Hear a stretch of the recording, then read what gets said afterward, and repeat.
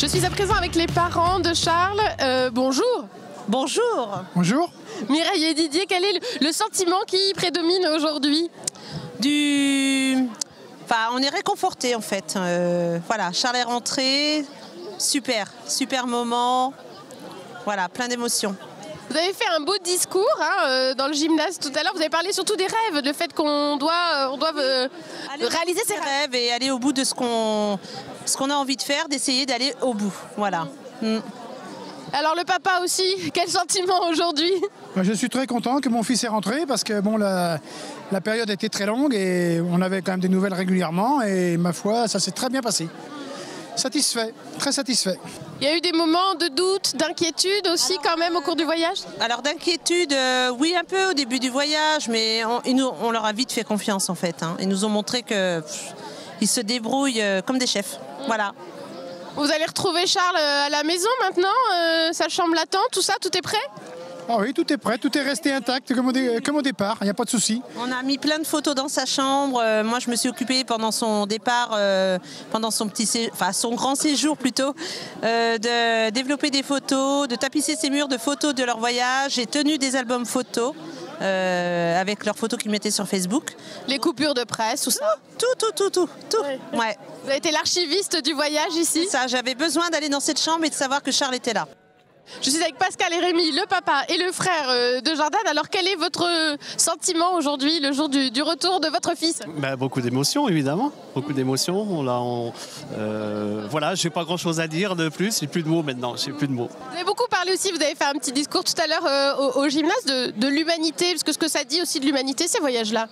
Oui, il y a beaucoup d'humanité dans leur voyage. Ils ont su nous faire partager leur rencontre. Leur rencontre, voilà.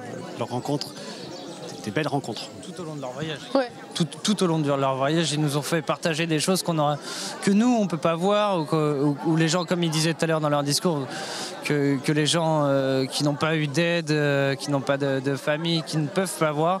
Et là, on est rempli de bonheur quand on les voit, quand on voit le monde qui a été réuni au jour d'aujourd'hui. Pour leur retour, c'est vraiment magnifique. Et c'est plein.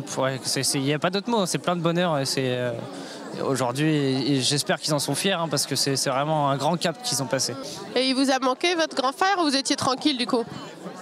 Au début, ça fait un gros blanc quand même. Il faut dire que pendant les 6 premiers mois, on ne sait pas trop se demander comme question qu'est-ce qu'il est parti faire, est-ce qu'il va revenir dans pas longtemps, machin. Au bout d'un moment on s'y fait, mais c'est vrai que quand même il y a un gros manque. Et puis c'est vrai que j'ai énormément confiance en mon frère, donc quand je sais pas à qui parler, j'aimerais bien aller vers lui, sauf que quand il fait son tour du monde c'est un peu compliqué, puis il faut trouver un créneau aussi, c'est pareil avec le travail, donc mais sinon là ça fait un gros soulagement qu'ils soient revenus.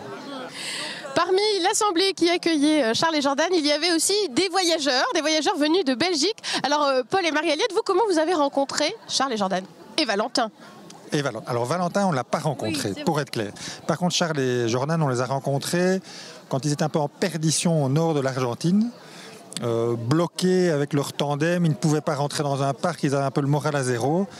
Et puis, voilà, les Belges sont arrivés. La bonne étoile belge était là. On va dire ça comme ça. On leur a donné un tout petit coup de main. Il semblerait qu'ils étaient satisfaits de ce coup de main. Depuis lors, ils ont retrouvé la frite. Donc voilà. En tout cas, c'est eux qui l'ont dit. C'est vrai. Vous voyagiez en camping-car, en fait, c'est ça? Oui, tout à fait. Et vous les avez hébergés un peu quelquefois? Pas du tout, jamais. Non, jamais. Ils n'ont jamais voulu loger avec nous. Ouais. Voilà. Ouais. Et vous les avez retrouvés régulièrement, c'est ça aussi qui était étonnant? Exact. On les a croisés au départ un peu par hasard dans leur descente vers Ushuaia.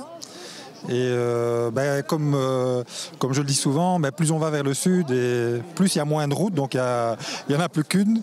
Et donc quand on roule régulièrement sur cette route-là, on se croise, on se recroise, ce qui fait que les relations sont devenues fortes. Et puis on a à un moment donné décidé ensemble, on leur a dit, mais voilà, vous n'avez pas de parents, nous avons laissé nos enfants en Europe.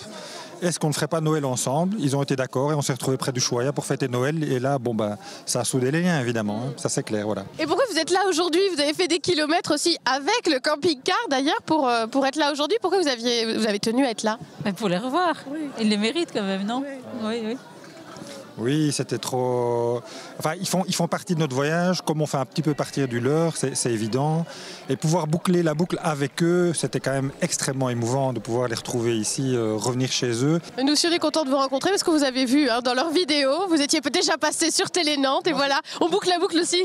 J'ai tout de suite reconnu Télé Nantes. Tu dis, ah ben Télé Nantes est là. On les a régulièrement observés en Argentine. Franchement, fantastique. Hein. Télé Nantes premier en Argentine. Voilà.